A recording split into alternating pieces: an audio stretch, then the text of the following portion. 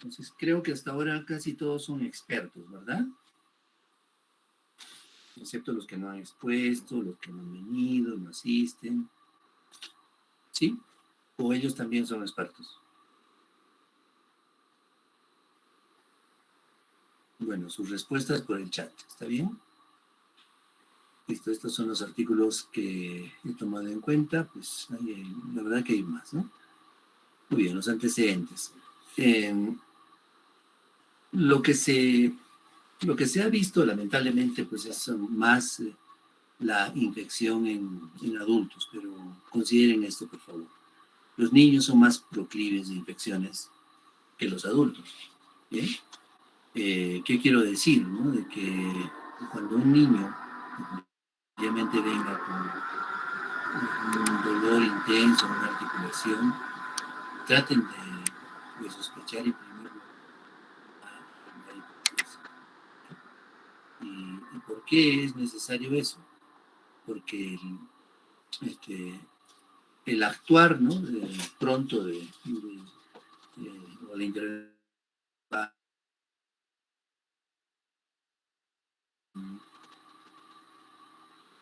pues fue una niña de 4 años que tenía dolor de cadera de 3 días de evolución y cuando la vi llegó a la consulta con la rodilla flexionada y la cadera rotada hacia adentro, ¿no? Una rotación interna. Entonces caminaba con mucha dificultad, su carita expresaba dolor y había presentado malestar, baja de peso, etc. Entonces lo primero que hicimos fue pedir una ecografía. Y la ecografía en el Seguro Social, pues como demora, y la paciente era de consulta externa, le pedí que la haga en forma particular y que la iba a ver ese mismo día. Y afortunadamente se la hizo y al volver traía una novedad. La novedad era de que el radiólogo, quien practicó la ecografía, le recomendó que se haga una resonancia. Ese año, la resonancia más próxima estaba a 5 horas de Juliaca. Bien, y la verdad era pues un sueño poder referirlo. El diagnóstico era un derrame articular y había unas zonas de erosiones en la superficie de la cabeza del fémur derecho. Entonces el diagnóstico era una artritis séptica, ¿bien? Por el cuadro tan pronto de una niña que tenía una actividad autosuficiente, ¿verdad? Y común a cualquier niña, y de pronto limitarse.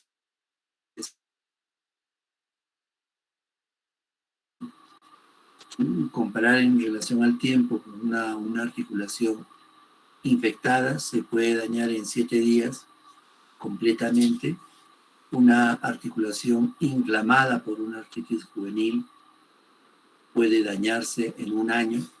¿Bien? Entonces, tener en cuenta la proporción del tiempo. El plan con la niña era hospitalizarla para recibir tratamiento antibiótico parenteral, por lo menos 2 semanas, y dependiendo de la evolución, darla de alta con tratamiento oral o a la semana derivarla a sala de operaciones. El asunto es de que la madre no quiso porque ella quería tener la resonancia en su mano para creer lo que yo le digo. Bueno, tuve que ser muy persuasivo, ¿sí? Y finalmente la pequeña ingresó a hospitalización de pediatría, recibió el tratamiento y a las 3 semanas se fue de alta. Recibió tratamiento oral por 2 meses más a lo que había recibido por parenteral y hicimos controles cada 3, cada 6 meses hasta los 6 años.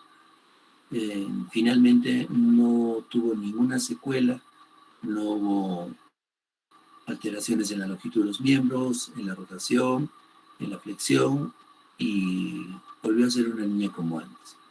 Entonces, eso quiero comentarles de manera de introducción para que sepan que más allá del diagnóstico hay otros factores que también pueden interferir, ¿no? O sea, no estamos hablando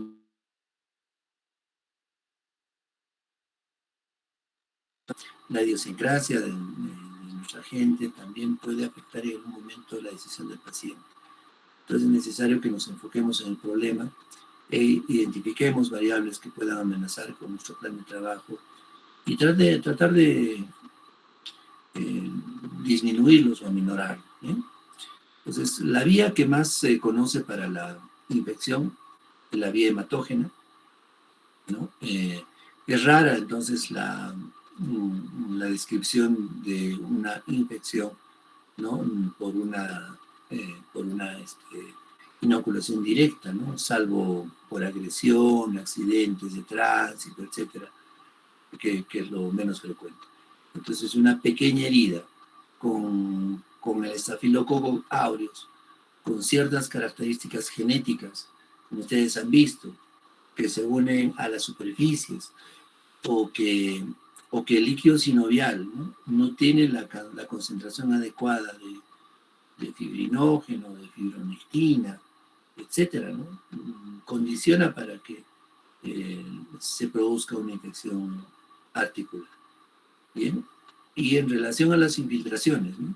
Las infiltraciones siempre son una bomba de tiempo, siempre.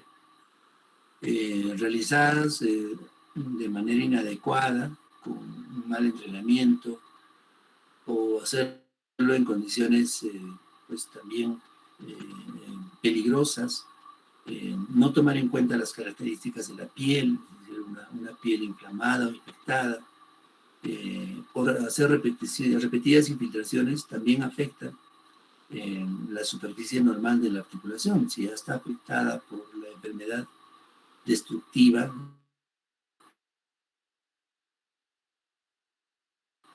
introducir sustancias como triamcinolona, etcétera, simplemente incrementa el riesgo de infecciones.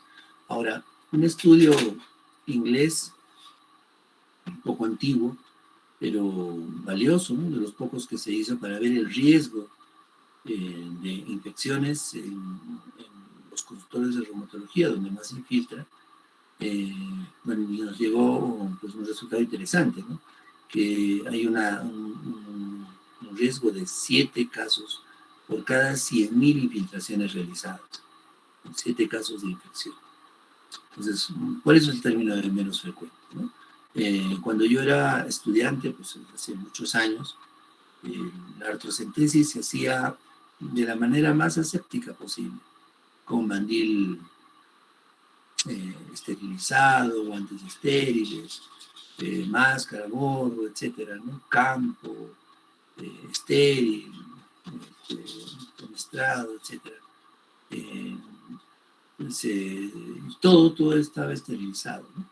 Y con el tiempo se fue cambiando, eso fue modificando, porque obviamente eran procedimientos muy costosos, ¿no? Y que no se podían hacer con la urgencia que el caso meritaba, ¿no? La urgencia, ¿por qué? Como lo dijo una de las expositoras, esto es una urgencia o es una emergencia médica. En reumatología hay muy pocas, ¿no? Como estamos hablando de infecciones o enfermedades autoinmunes que puedan comprometer un órgano o la vida del paciente. Entonces, eso tener en cuenta. Las cirugías también, con el hecho de que ahora los tiempos quirúrgicos son más cortos en relación a antes, el hecho de tener ahora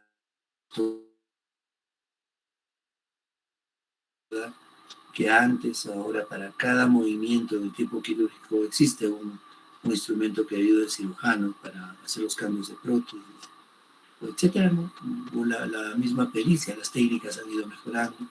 Entonces, obviamente, se han ido disminuyendo las complicaciones quirúrgicas. En relación a la etiología, pues como ustedes ya saben, este es el actor más importante, el estafilococo aureus. Saben que hay subtipos de estafilococo aureus, que saben ustedes que el estafilococo aureus es parte de nuestra flora microbiana que vive principalmente en la piel y que aprovecha cualquier detalle de disrupción de nuestra superficie para ingresar o finalmente aprovecha la distancia, ¿no es cierto?, como una infección en el oído, una infección en las uñas, ¿sí? ¿No? Por ejemplo, un paciente con diabetes y que tenga micosis, ¿no? Y que el paciente, por afán de deshacerse de las uñas, se autolesiona, ¿no? Y finalmente es una puerta de entrada para el estafilococo u otras bacterias. Entonces eso, tener en cuenta, sobre todo pacientes obesos, etcétera, pacientes que no pueden desplazarse, etcétera, ¿no? No son sujetos a que padezcan de infecciones oportunistas. Entonces, más o menos, alrededor del 40-60%, ¿no? Se producen por bacterias que viven en la piel, bacterias de Staphylococcus aureus, y dependiendo de las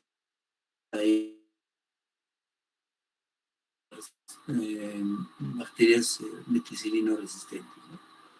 Entonces, eso es bien importante. Muchos de ustedes van a ser infectólogos, van a ser internistas, y una de las primeras tareas del médico es conocer cuál es la flora microbiana en su hospital, ¿no?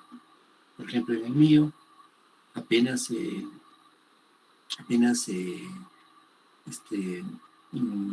se recuperó en los ambientes de emergencia, cuando dejó de ser el área COVID, el área crítica de COVID, hicieron un cultivo de las paredes y encontraron bacterias como Pseudomonas aeruginosa, acinetobacterias,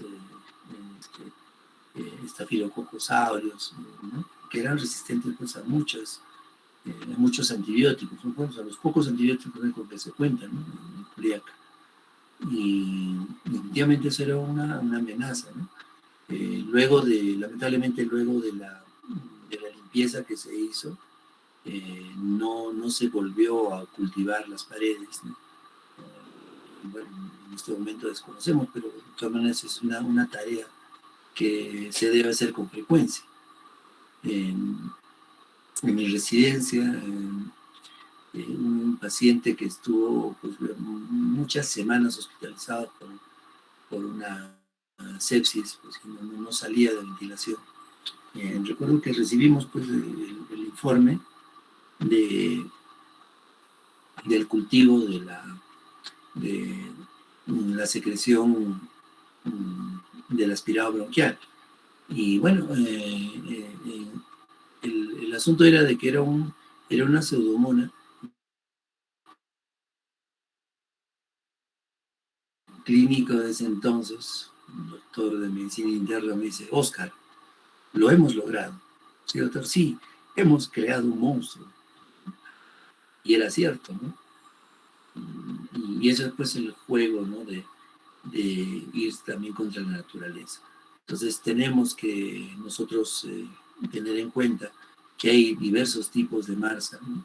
Dependiendo del espectro de bacterias, como el espectro HACCP, por ejemplo, que son meticilina resistentes, etcétera, y que pueden causarnos muchos problemas si no tomamos, ¿no?, las medidas adecuadas. Y esto va desde pues mucho más antes, ¿no? Frente a una artritis séptica, ¿no es cierto? Pues actuamos de manera empírica, ¿no? Vamos a darle antibióticos, pero el asunto es qué pasa más antes, ¿no? O sea, cómo es la flora también de este paciente, cómo son sus estafilococos, ¿sí? ¿Por qué? Porque estamos hablando de un germen oportunista que vive ahí, ¿no? Esta persona que tiene resfrío y va a una farmacia o va a un centro hospitalario, ¿no? Y recibe antibióticos, bien dados o mal dados, finalmente, completa el esquema terapéutico, completa las indicaciones o abandona los antibióticos cuando ya se siente mejor, le dan las dosis adecuadas, ¿no? Le dan el antibiótico adecuado para el cuadro infeccioso que tiene, ¿no? Hay varias preguntas, ¿no? ¿En qué situación finalmente, o qué situaciones ha atravesado el paciente hasta padecer estas enfermedades, ¿no? Entonces, tenemos que diferenciar la edad del paciente afectado, ¿no? Para poder tener una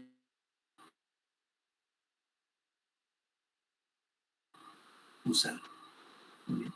Entonces, como ven ustedes, las infecciones pues son, digamos, muy coloridas, ¿no?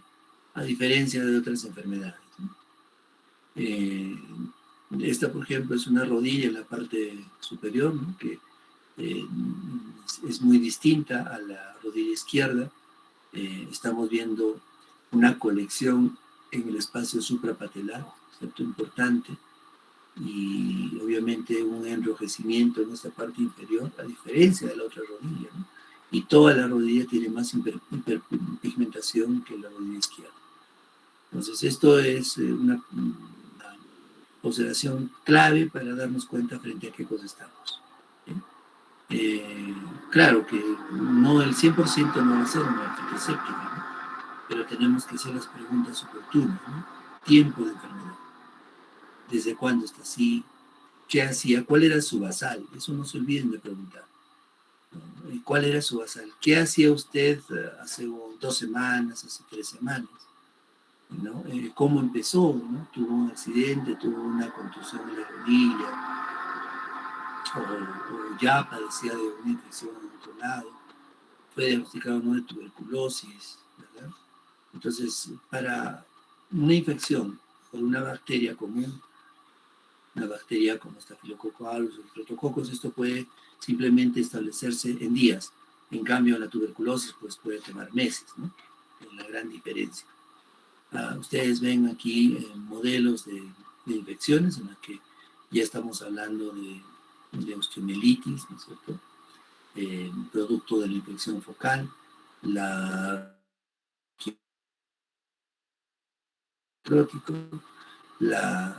y finalmente la fijación, el uso de clavos intramedulares, ¿no? Para darle la movilidad adecuada, la estabilidad a la articulación. Bien, en el cuadro B, esto es algo típico, ¿no? que observamos en pacientes gotosos, ¿no? Un paciente, miren ustedes la piel, ¿no? Es una piel deshidratada y con edema.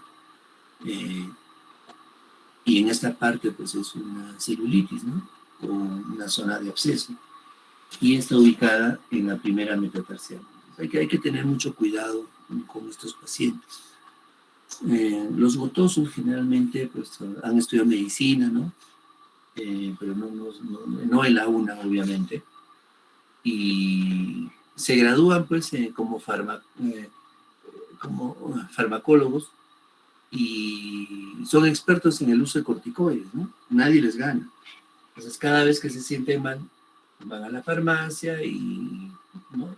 Le dicen, yo soy experto en medicamentos, en farmacología, y quiero que me dé corticoides, ¿no? Y cada vez hacen lo mismo. ¿Y qué hace el corticoide? Dentro de los 1000 efectos adversos, adelgaza la piel, ¿sí? Expone los vasos sanguíneos y eso es una puerta permanente para el ingreso de bacterias. O la sola inflamación, el ataque agudo de gota, hace lo mismo. Incrementa el flujo sanguíneo y eso es otra puerta gigante para que las bacterias ingresen. Y el efecto pues es terrible, ¿no? En estos pacientes. Y vamos a ver algo así como el cuadro del costado, pero con un mayor compromiso, ¿no? Que puede abarcar a los dedos vecinos. Entonces, ¿no?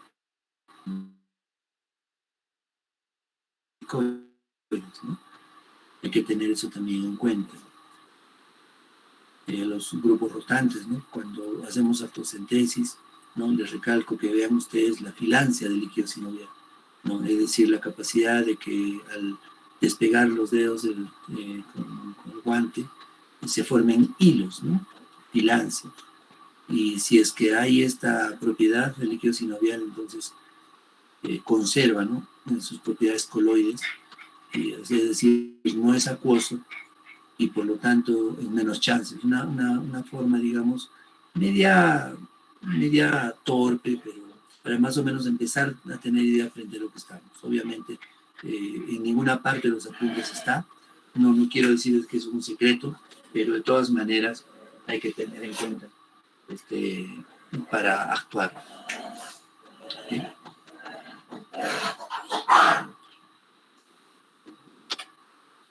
Los factores de riesgo, ¿sí? Como ven ustedes, primero, establecer la forma de transmisión, ¿no? Que es por vía hematógena. En nuestro medio esto no es frecuente, pero tal vez más adelante sí lo sea, ¿no? El abuso de drogas intravenosas, sobre todo el abuso compartido, ¿no? De drogas intravenosas. La osteoartritis, sí, sobre todo osteoartritis de rodilla y cadera. Se dice que una persona que tiene artrosis de 4º grado en rodillas o artritis reumatoide con artrosis de 3º o 4º grado tiene 100 veces más riesgo de hacer artritis séptica. Bien, entonces, como se ve en los artículos, ¿no? La artrosis, pues es... Pero ¿por qué es frecuente? Por la cantidad de pacientes, ¿no? que existen. Bueno, y tomar en cuenta siempre el factor, darle señales de alarma a los pacientes con artrosis, ¿no? Y controlar sus otros factores de riesgo como la diabetes, la hipertensión, etcétera. Me refiero a la hipertensión no como un factor de riesgo de artritis séptica, sino como un factor de riesgo que empeora la artrosis. Una historia previa de artritis séptica, la artritis reumatoide, el alcoholismo vinculado también a la mala nutrición, no solamente el alcoholismo en sí, sino todo lo que depara el ser alcohólico. El HIV, bueno, no será importante en Taiwán o en Corea, pero sí es importante en el África, ¿no? Donde existen las mayores zonas endémicas de HIV. Pacientes con cirrosis o pacientes con enfermedades pulmonares crónicas que son tributarios de terapia inmunosupresora como corticoides u otros medicamentos.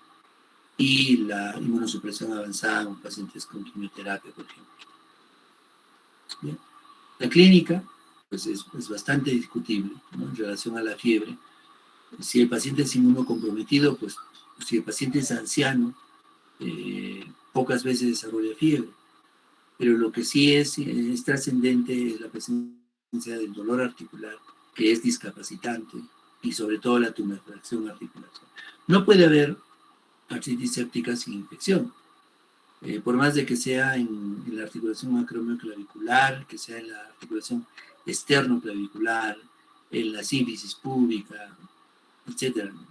Tiene que haber tumefacción y dolor.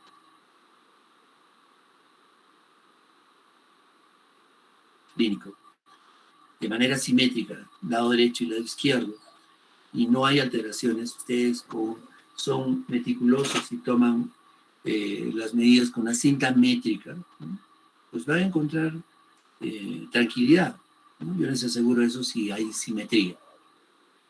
Muy bien. Las características de la artritis séptica pues puede ser de dos tipos, ¿no? En relación al tiempo, agudas o crónicas. Pueden ser monoarticulares, que son la gran mayoría, o poliarticulares dependiendo del germen, ¿sí? Como los pacientes que sufren artritis por compartir drogas. Y la incidencia, bueno, lamentablemente esta es una incidencia de un país industrializado, ¿no? Sin embargo, nosotros pues, no tenemos esos datos. Deben ser mayores, definitivamente, mucho mayores, porque solamente mi persona atiende en esta semana, solo esta semana he atendido 2 casos de artritis séptica. Entonces, eso nos debe de llamar la atención, porque lo que quiero decir es que puede ser más frecuente de lo que nos imaginamos. Bien, y dependiendo del tipo de paciente, dependiendo de los factores de riesgo, de la edad, de las comorbilidades, la mortalidad no es nada despreciable, ¿no? Bueno, ¿Qué sucede? En forma inicial existe un estadio en el que se atenúa el daño, ¿no? Y este daño, ¿no? Puede distraernos, ¿no? Puede distraer al paciente o puede distraer al médico y puede finalmente ser persistente y provocar básicamente vascular y que tiene una gran debilidad, que es la ausencia de la membrana basal. Entonces, al no tener membrana basal, carece de otras proteínas que son una barrera, ¿no? Para microorganismos. Y la misma vasculatura también promueve que la producción o el reclutamiento de células y de citoquinas, ¿no? La producción consecuente de citoquinas, favorece la aparición la traslocación de bacterias, ¿no? Provenientes de otras zonas hacia la articulación. Bien, este cuadro, pues, o estos cuadros que vamos a ver a continuación, pues, es el mismo, pero vamos a ir viéndolos por tiempo. Nos están explicando más o menos los artículos que se han presentado de manera resumida, ¿no? Ustedes ven la propiedad de adhesión que tienen algunos estafilococos aureus con las superficies de nuestro cartílago, de nuestras articulaciones. La expresión de adhesinas, ¿no es cierto?, hacen de que se unan a las proteínas de nuestro cartílago, como ustedes saben, el colágeno 1, el colágeno 4, 5, etc. Bien, y lo que hace luego de esta, lo que compone luego de esta adhesión es la habilidad para formar unos agregados, ¿no? Tipo biofilm. Entonces se hacen agregados celulares que escapan a las defensas también, ¿no? Tienen esa propiedad de huir de nuestras defensas, del reconocimiento de nuestras células, de la defensa, y eso les facilita tener un metabolismo más lento, pues no producen ciertas sustancias, ¿no? Como estas moléculas pequeñas o células pequeñas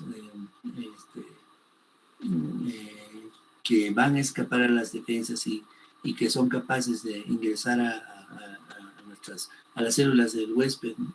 y poder sobrevivir, ¿no? Burlando nuestra inmunidad. Entonces, y por otro lado, estos mismos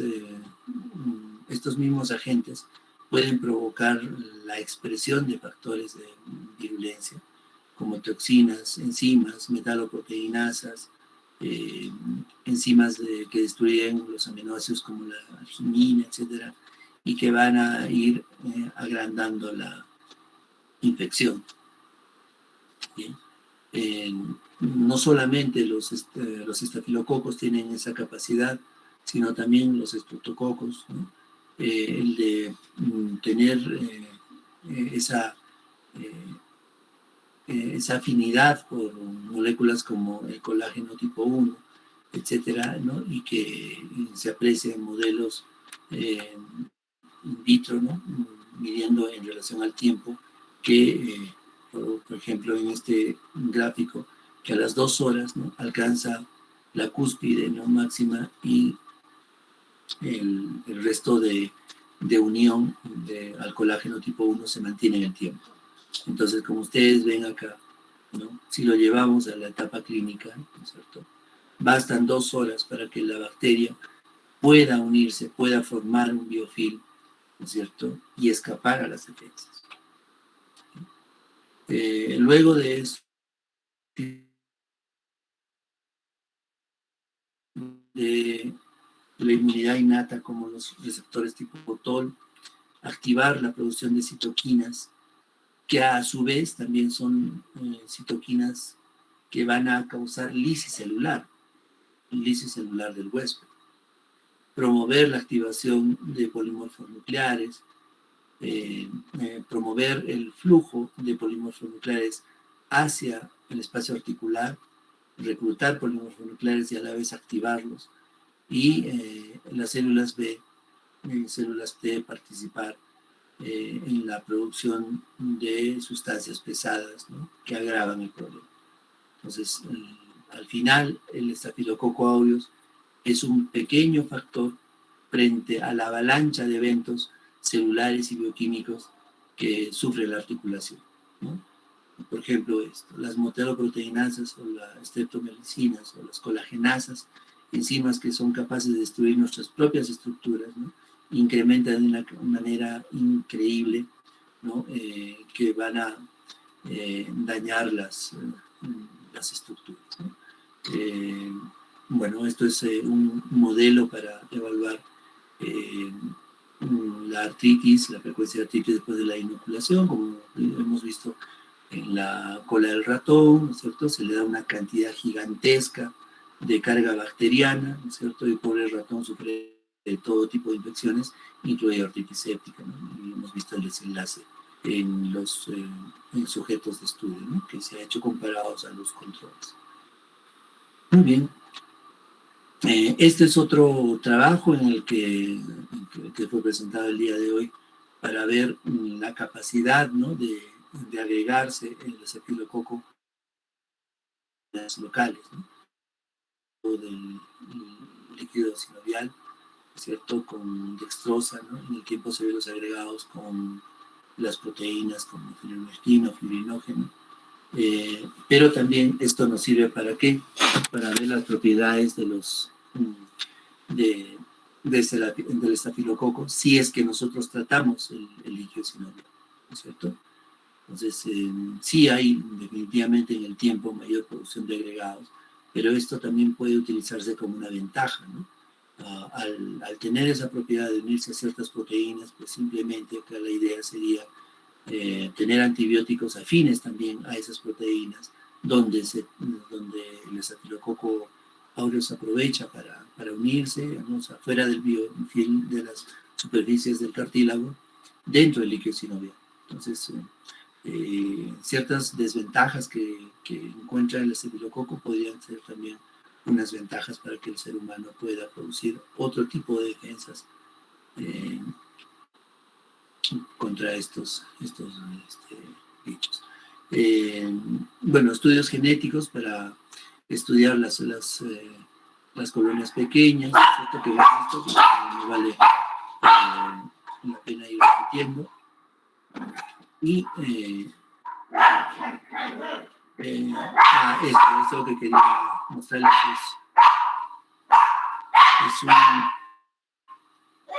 Este es un gráfico en el que comparan a dos grupos, pacientes con artritis reumatoide y pacientes con artrosis.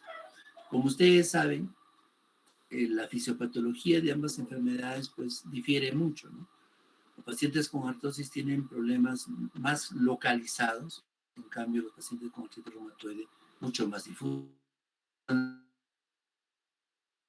Pues, hay ciertas pues, similitudes al inicio, ¿no es cierto?, en relación a este punto de corte, los niveles en unidades que estudian, pero cuando se someten a infecciones, ¿no es cierto?, cuando se administran o se incorporan, por ejemplo, elementos del estafilococo aureus, la producción de citoquinas en ambos pues difiere, ¿no? Y vean ustedes, ¿no?, cómo la metaloproteinasa 2 en pacientes con artritis reumatoide y artritis séptica pues, se eleva, ¿no es cierto? Pero vean que en la artrosis pues es mayor la expresión de las metaloproteínas, ¿no?, un mayor desorden, ¿no?, como ven ustedes en relación a la artritis reumatoide. Entonces, la artritis séptica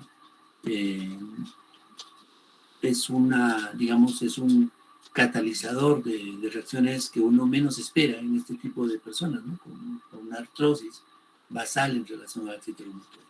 Pues tener en cuenta eso, ¿no? En sus mentes, quisiera que hagan el ejercicio de lo que pasa en el interior de una articulación infectada, ¿no? Todos los fenómenos al ingresar el estafilococo aureus, un bicho pues que es terrible en la articulación, que escapa a las defensas, que promueve a sí mismo una respuesta inflamatoria atroz, ¿no? Que en una semana puede acabar con una articulación completamente haciendo que se digiera el cartílago. Como ya habíamos visto, hay pues nuevas estrategias, además de los antibióticos. Esta es una gran propuesta en relación a los péptidos antimicrobianos porque tiene una tendencia a menor resistencia, tiene la capacidad de disrumpir las membranas, alterando el flujo de bombas que tienen las bacterias y sobre todo actuar sobre el ADN inhibiendo la producción.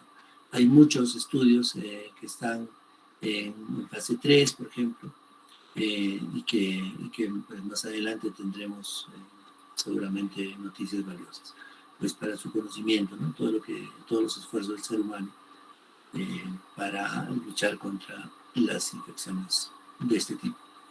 El mecanismo de acción que hemos ido viendo en las exposiciones, características en el potencial antiinflamatorio, ¿no?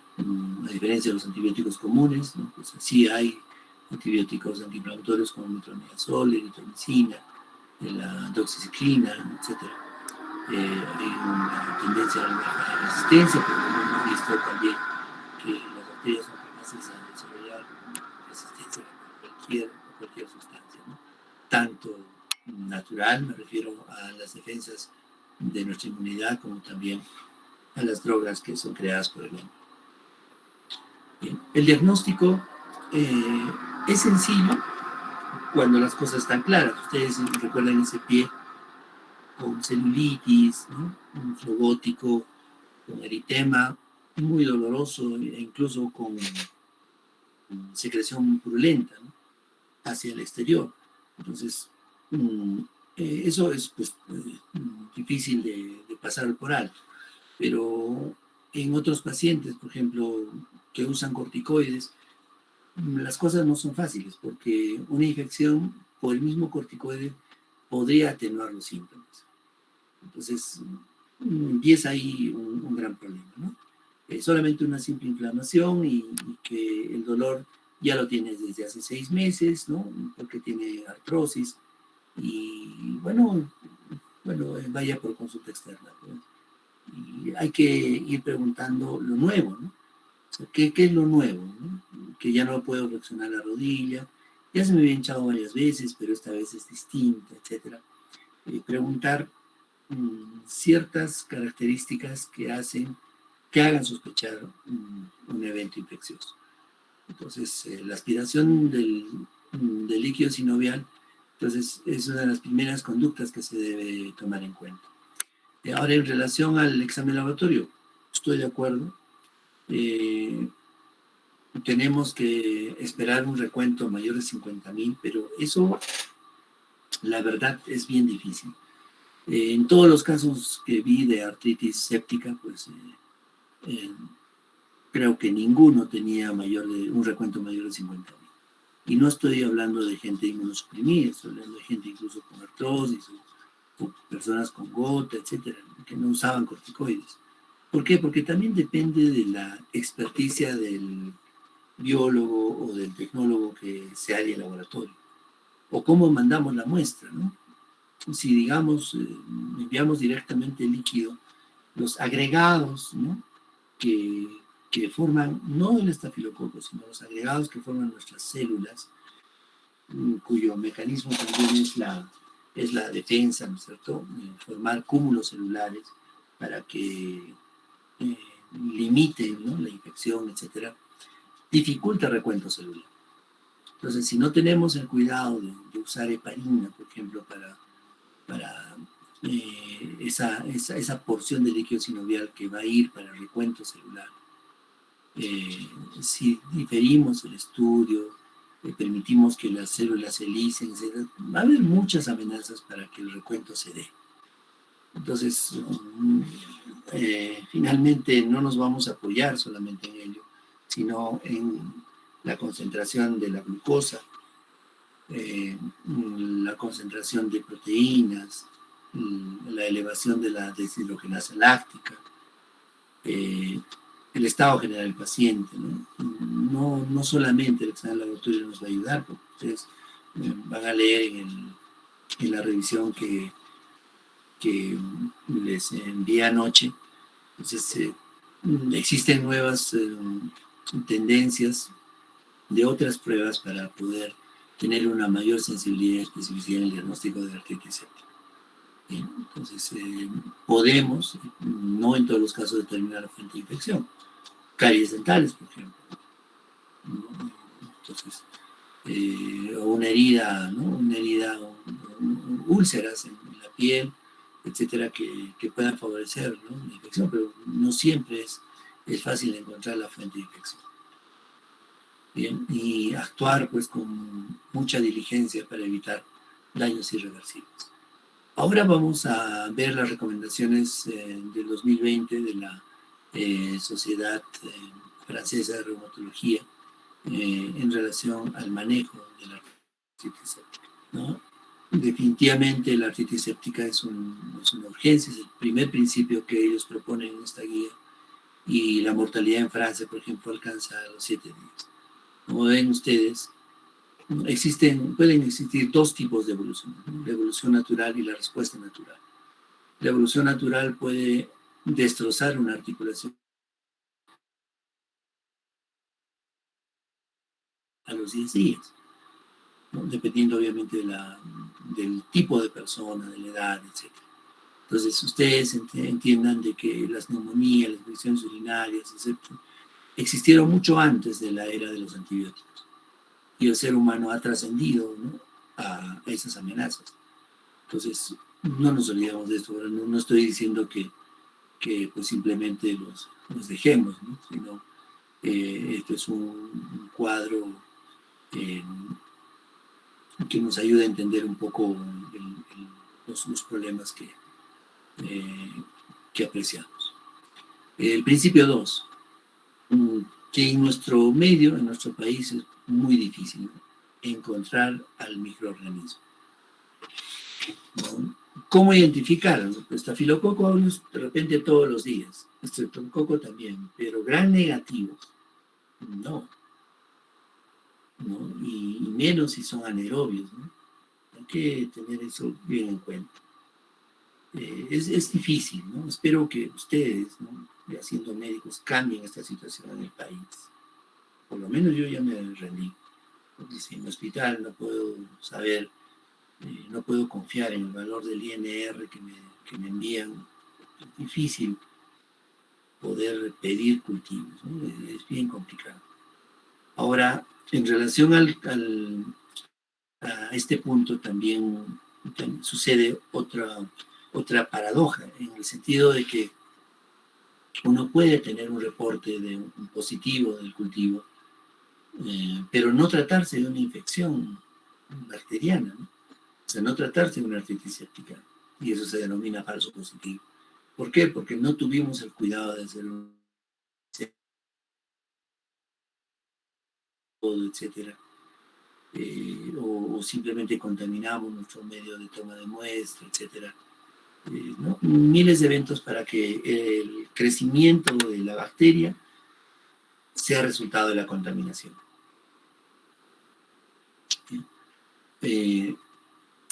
Por otro lado, que esto no es parte de la recomendación, pero creo que es oportuno, tener en cuenta la edad de los pacientes afectados, ¿no? Entonces, en la población pediátrica no sospechamos de estafilococo, sino de estreptococos betemolítico, ¿no?,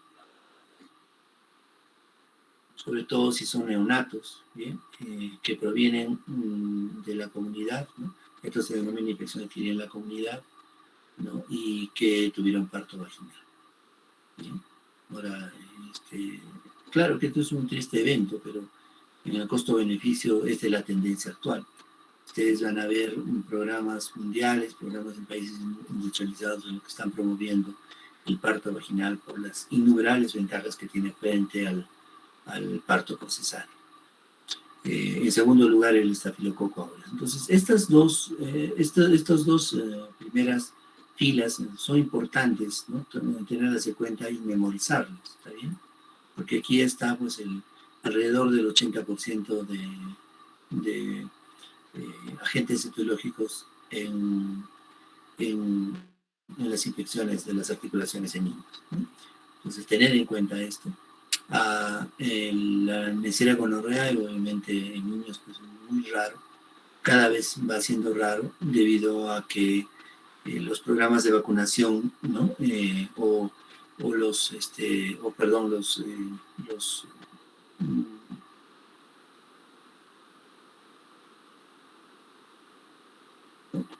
eh, de diagnosticar rápidamente una infección por gonorrea, etcétera, y no estoy hablando de parejas sexualmente activas, etcétera, y que obviamente si sospechamos de una infección en un niño, tendríamos que hablar pues, de un evento anterior pues atroz, ¿no es cierto? Para que un niño esté infectado por Neisseria gonorrhoeae, hay que tener en cuenta eso. Otros estreptococos como los estreptococos del grupo A también son organismos muy frecuentes. Vean ustedes su asociación con infección por varicela, ¿no es cierto? Y estos microorganismos del grupo GSEC, Haemophilus actinobacillus, Cardiobacterium, Echinella y sobre todo Klebsiella, ¿no? Hay que tener en cuenta estos gérmenes, ¿no? Y bueno, sobre todo en los casos donde el tratamiento de la infección sea de difícil respuesta, ¿no? Entonces, para ellos, pues, se tiene que hacer estudios pues, más frecuentes, etcétera, ubicarse en el grupo etario correcto, ¿no es cierto? Y sospecharlos, ¿no? Siempre sospecharlos cuando el evento, el cuadro clínico, pues sale de lo común. El principio 3 que proponen los franceses, ¿no? Es que se trata de un manejo multidisciplinario. Los reumatólogos, pues, tratamos, ¿no? Tratamos de resolver el problema y tenemos un tiempo, un plazo. Realmente el paciente ya viene con una enfermedad de 3 o 4 días, es decir, ya perdimos ese tiempo.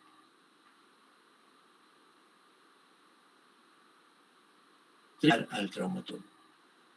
Entonces, si en 3 o 4 días, en relación a la cantidad de líquido que se obtiene en las artrocentesis diarias, en relación a las características del líquido sinovial, en relación al dolor y otros cuadros, pues tenemos que estar de la mano con un traumatólogo que pueda intervenir oportunamente. Entonces, eso es fundamental, ¿bien? Entonces, no se puede resolver esto solo, sino con la participación de varios especialistas. Un principio específico, ¿no? Es que cuando veamos un paciente con monoartritis, lo primero que tenemos que pensar es en artritis séptica. Y si vemos un paciente con oligoartritis, es decir, con 2 a 4 articulaciones comprometidas, y si es joven, ¿no es cierto? Tener en cuenta que podría ser una infección inducida por drogas, ¿no es cierto? Que sea el mecanismo, o es un paciente inmunosuprimido, o es un paciente que ya tuvo cuadros de infecciones previas. Entonces, pero la regla aquí es la monoartritis. ¿Qué dicen? No solamente los franceses, sino pues, muchos expertos. Toda monoartritis que llegue a emergencia debe ser catalogada como artritis séptica hasta que se demuestre lo contrario. Muy bien. Y en un paciente con emergencia, propiamente, tenemos que tener en cuenta este valor, criterios son. ¿Cuándo sospechar de artritis séptica? ¿No? Cuando el paciente con una monoartritis presenta síntomas de falla multiorgánica, ¿no es cierto? Un SOFA 2, ¿no? Nos debe llevar a la sospecha de una infección, ¿no? Como ven ustedes.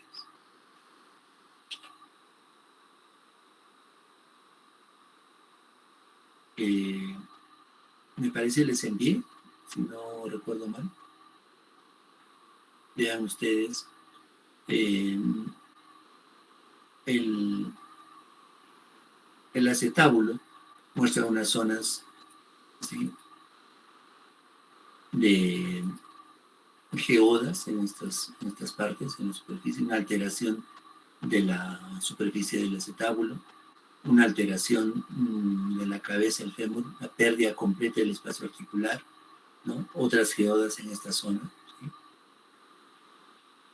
¿Sí? Vemos una alteración del periósteo en el cuello femoral, etcétera, ¿no? Entonces, esta es una imagen típica de artritis séptica. Esto ha sido tomado no les envié, ahora recuerdo, es de Radio Paedia, de la web que les enseña bastante de radiología a ustedes, ¿no? Entonces, esta es una imagen típica de artritis séptica. Y como ven ustedes, es una persona adulta. ¿Por qué? Porque no tiene cartílago de crecimiento, ¿no? En ninguna zona. Y se trata de una cadera de mujer, ¿no? Una pelvis ginecoide. Para ver más cerca, ¿no? Las lesiones severas que produce, ¿no? en la superficie articular, ¿no? y estas formaciones que son radioopacas, ¿no? Muy bien. Entonces, esto más o menos es lo común que apreciamos. Una paciente con la rodilla en flexión, flogosis, edema, etc. Bien. Yo les aseguro que ustedes no fallarían en la punción de esta articulación. Bien. Hay que tener en cuenta cuál es el lado externo. Más o menos la rótula está ubicada acá y el punto de entrada es acá. ¿Listo? Entonces, más o menos es una línea paralela que va al borde externo de la rótula y una línea más o menos a un dedo, ¿sí? Por encima del borde superior. Ese es el punto. Y cuando se ingresa, se trata de ingresar apuntando acá. Les recomiendo eso, porque esta zona es menos vascularizada, no hay terminaciones nerviosas como en otras partes de la rodilla. Y si ustedes ingresan en el borde superior de la rótula, pues pueden dañar el tendón rotuliano, pero no dañarán otras estructuras, ¿no? Que son más valiosas. ¿Está bien? Y ahora, para no dañar el tendón rotuliano hay que apuntar la aguja por lo menos unos 30 grados, por lo menos. ¿Está bien? Entonces, no fallará, muchachos. ¿Listo? Más ejemplos de artritis sépticas y el punto de ingreso, ¿no? Bueno, este es un modelo nada más, ¿no? Obviamente, si ustedes ven, esta podría ser una bursitis prepatelar. Entonces, no tendríamos que hacer la punción acá, sino acá arriba, ¿no? Porque yo veo eritema en esta zona, ¿no? Que se extiende hasta la parte infrarrotuliana. Muy bien. Pacientes con enfermedades basales como pacientes gotosos, otro dolor de cabeza. ¿Qué hacer cuando tenemos un ataque agudo de gota, ¿no? Un paciente con gota ya tuvo 1000 ataques en el dedo gordo, derecho, izquierdo, en los tobillos. Probablemente debe haber una alta sospecha de artritis séptica en pacientes con gota. ¿Por qué? Porque cuando hablamos de agregados proteicos también, los cristales pueden formar una suerte de agregados y ser un lugar donde las bacterias puedan acogerse y burlar las defensas. Entonces, ¿qué encuentran? ¿No? Que alrededor del 25% de pacientes con gota que tienen ataques agudos de gota puede concomitar con una artritis séptica. Por otro lado, también tener en cuenta el foco, ¿no? El foco de la infección. Los europeos, ¿no? Proponen que pues, vigilar a los pacientes que tienen endocarditis, ¿no? Porque esto podría ser una fuente de infecciones, producir, diseminar infecciones pues, a otros órganos, ¿no? Esta es la naturaleza de la endocarditis, la infección de una válvula vegetante, ¿no? Puede hacer de que migren, ¿no? Estos acúmulos de bacterias o de exudados a diferentes partes del organismo, ¿no? Producir infecciones a distancia. En relación al tratamiento antibiótico, pues partiendo de los cultivos, ¿cierto? Partiendo de los cultivos. Si entendemos que el Staphylococcus aureus alcanza del 40 al 60%, debemos utilizar oxacilinas, ¿no es cierto? De manera empírica, al principio, hasta obtener el resultado del cultivo, que puede tardar 3 días, ¿no es cierto? No podemos esperar ese tiempo, ¿no es cierto? Y cuando ya tuvimos el cultivo positivo y ya dimos el tratamiento parenteral inicial de 2 semanas o 3 semanas,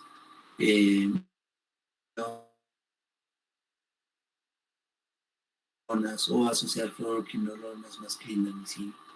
Como ven ustedes, el tratamiento bioral es asociado, no puede darse monoterapia, ¿no?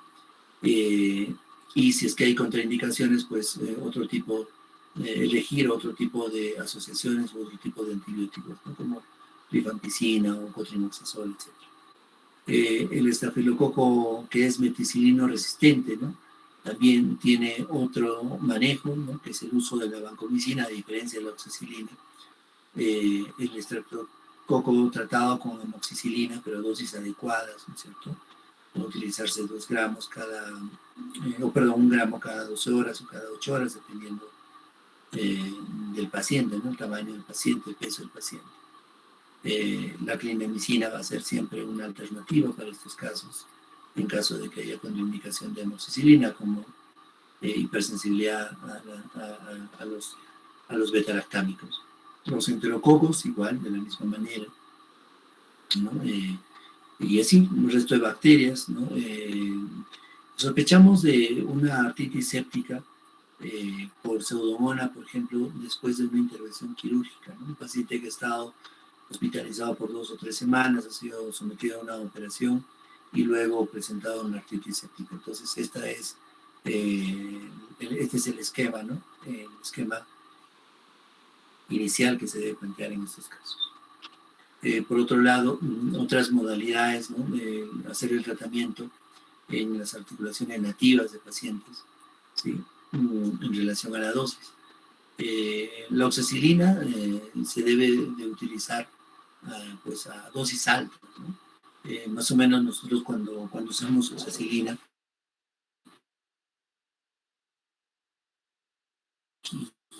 casi la mayor parte de veces se ha mandado a pedir de otros hospitales, porque la infusión intravenosa es pues 2 gramos cada 4 horas al inicio y luego cada 6 horas, ¿no? Es altísimo el uso de este antibiótico. Y la verdad, cuando se utiliza apropiadamente, bueno, da muy buenos resultados. La amoxicilina endovenosa, pues no hay en el país, pero es una alternativa, ¿no? Europa la tiene, desde España y todos los países, ¿no? Y es una gran ventaja para ellos. Tampoco tenemos cefazolina,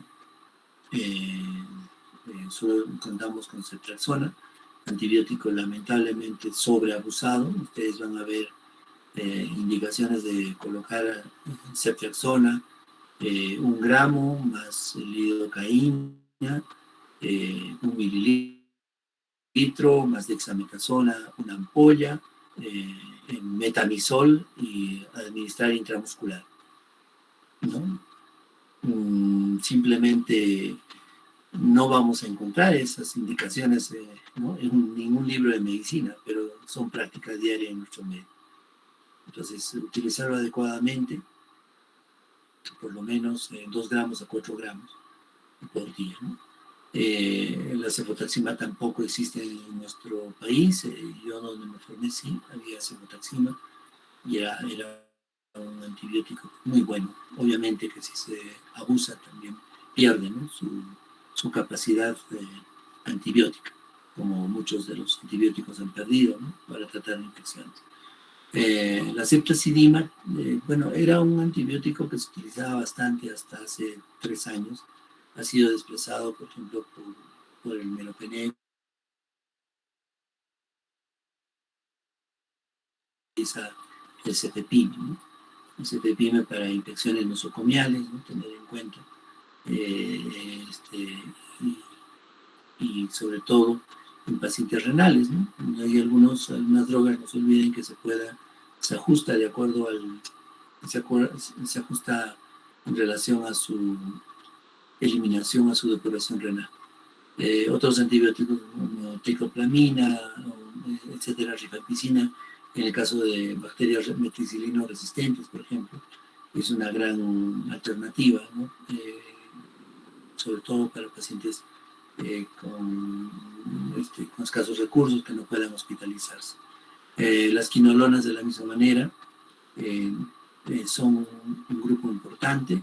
Tener en cuenta las dosis del ciprofloxacino, ¿no es cierto? Y del levofloxacino, ¿no? Que va a depender del peso del paciente. Estas dosis son interesantes. Estamos hablando en artritis séptica.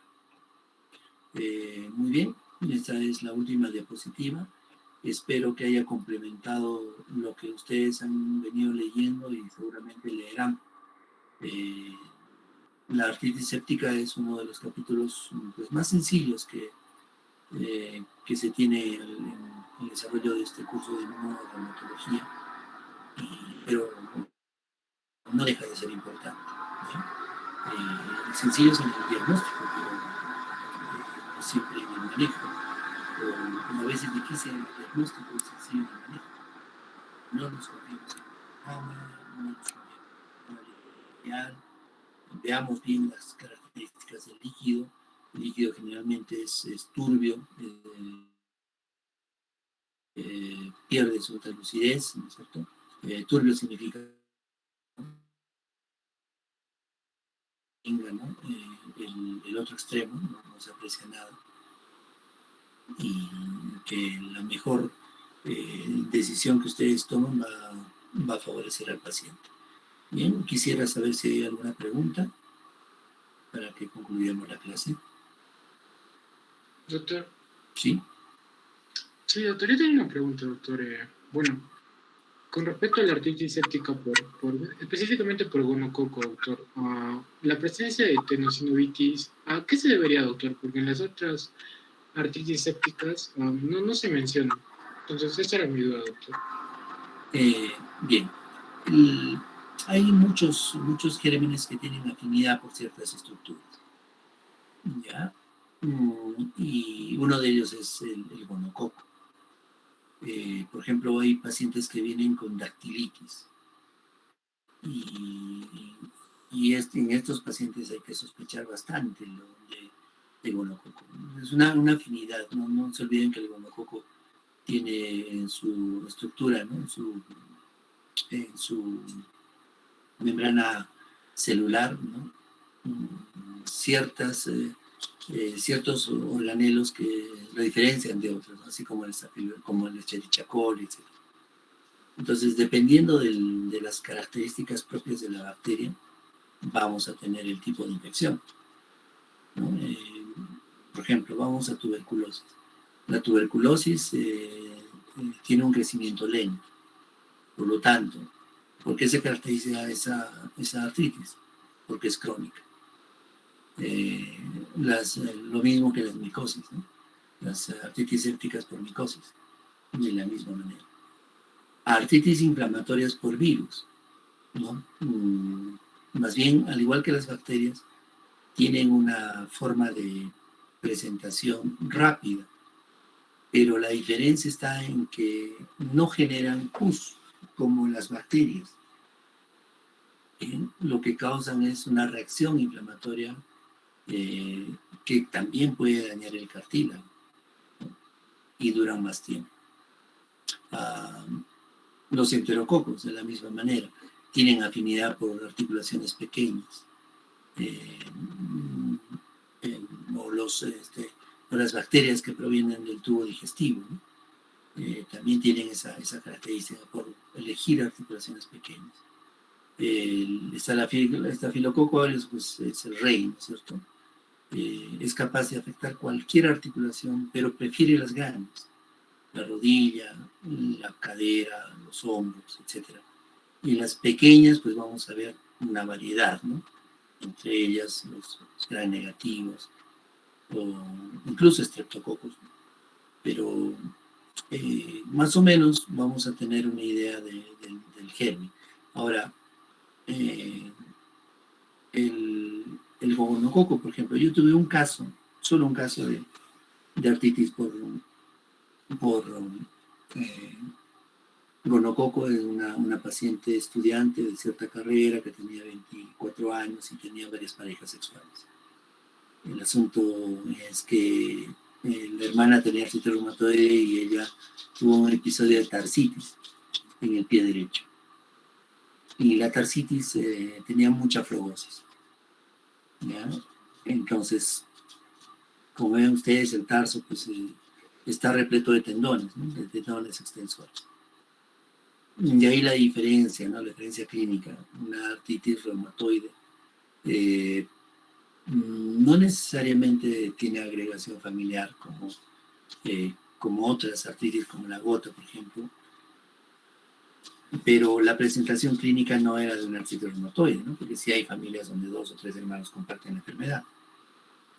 Este caso era una infección oligoarticular, pero que comprometía tendones extensores. Y lo que hicimos, pues, fue un cultivo. Bien, y lamentablemente el resultado fue positivo. Y ahí vino la historia de las parejas sexuales. Luego de eso, antes del cultivo, la paciente se había comunicado con uno de los chicos. Uno le llamó y le dijo que había sido diagnosticado de gonorrea. Entonces, de esa manera facilitó todo. Ella no habló hasta que se dio el resultado del cultivo. Entonces, tenga en cuenta eso, ¿sí? La edad del paciente, etcétera, ¿no? Para poder sospechar esto aquí. ¿Está bien? Sí, doctor, muchas gracias. ¿Otra pregunta, muchachos? Buenas noches, doctor. En cuanto a la presentación clínica en pacientes con artritis séptica, pero que también son usuarios de drogas y en especial por vía intravenosa, ¿por qué existe mayor tendencia a afectar articulaciones cartilaginosas del esqueleto axial? Por la ruta de acceso. Sí, ellos utilizan venas, ¿verdad? Del antebrazo. Sí, estas invaden las venas subclavias, etcétera. Pasan al corazón y de ahí, ¿no? Lo más próximo, ¿ya? Es la ruta, la cercanía a ciertas estructuras. Pero no solo axial, ¿eh? No te olvides, claro, estamos hablando de un caso de una infección de sacroiliacas, ¿no? Un documento en la revisión, pero también hay otras articulaciones, ¿no? Como las esternoclaviculares, articulaciones del hombro, etc. Cuando un paciente, por ejemplo, los pacientes que utilizan drogas intravenosas, luego de un número de administraciones, simplemente ya no las venas pues ya colapsan, ¿no? Imagínate un paciente que tiene constantemente flebitis. Esas venas ya no sirven, sus venas superficiales pues son inaccesibles. No te imaginas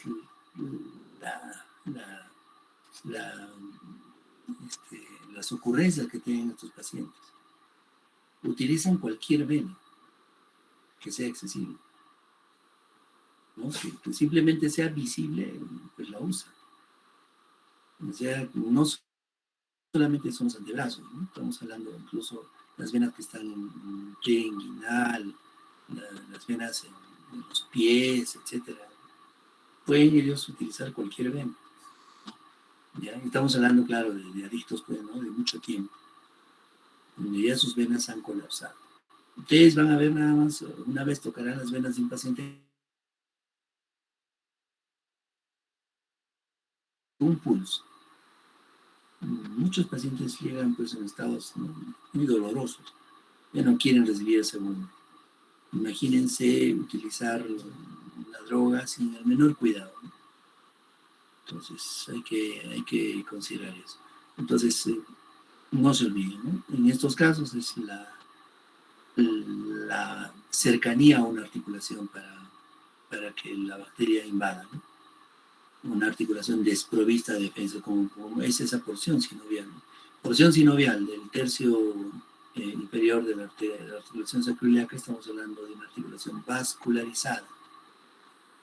Entonces, como la rodilla, lugar para asiento de bacterias. ¿Está bien, Gilda? Sí, doctor. ¿Alguien más, chicos?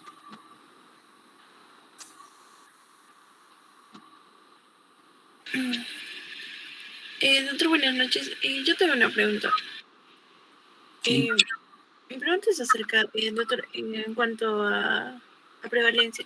Si usted en consulta ha podido observar una alta relación entre lo que es la artritis séptica en pacientes previamente con artritis reumatoide o osteoartrosis aquí en la región.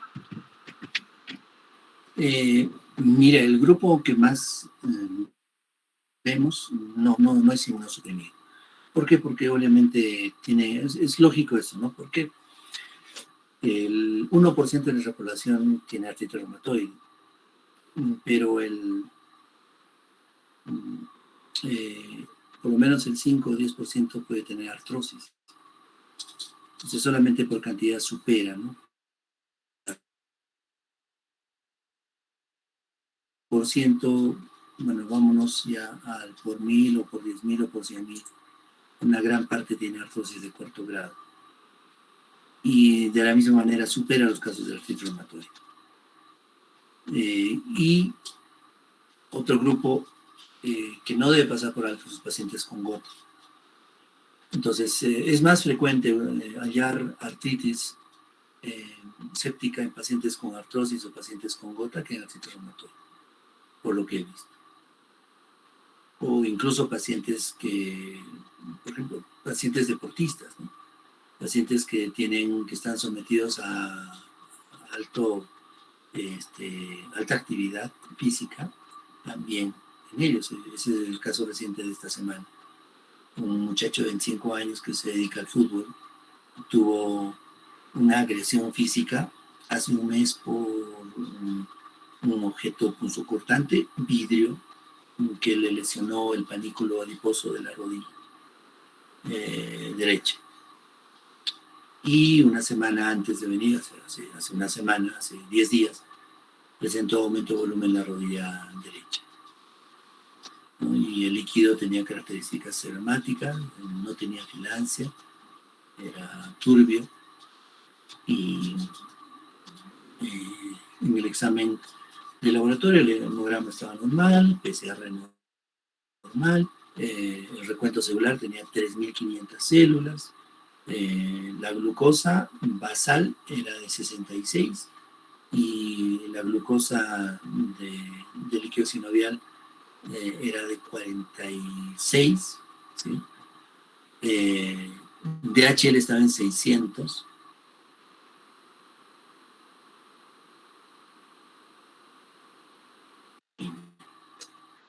Y esta sí salió elevada. Entonces, hay que tener en cuenta los elementos necesarios, ¿no? Entonces, no me dio el recuento, no me dio nada, pero sí la procalcitonía. Así que sí lo catalogué como artritis séptica.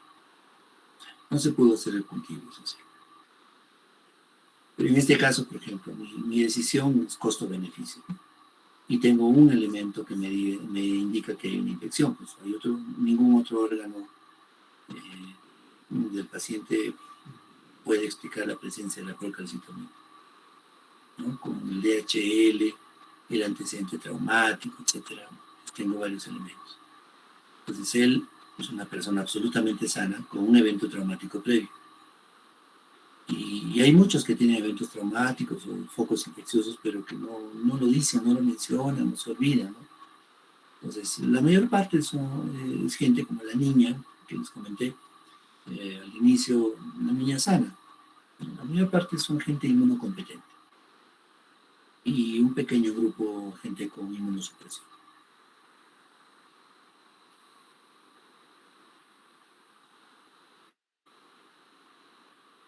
¿Está bien, Yohaira? Sí, doctor, gracias. ¿Alguna otra pregunta?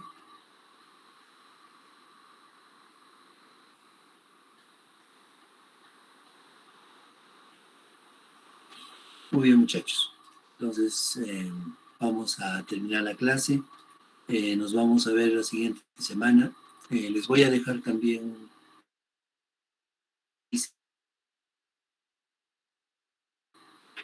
hagamos bastante lectura, ¿no? Para que podamos todos sacar el provecho de esta rotación, ¿no? Quedan pocos temas. Viene lo más importante, ¿no es cierto?, en relación a las difusas. Así que estemos, por favor, atentos, ¿ya? La siguiente clase es vasculitis a ANCA asociados y es un tema bastante apasionante. Les voy a enviar los artículos para que los revisen. Muy bien, que tengan buena noche. Buenas noches, doctor.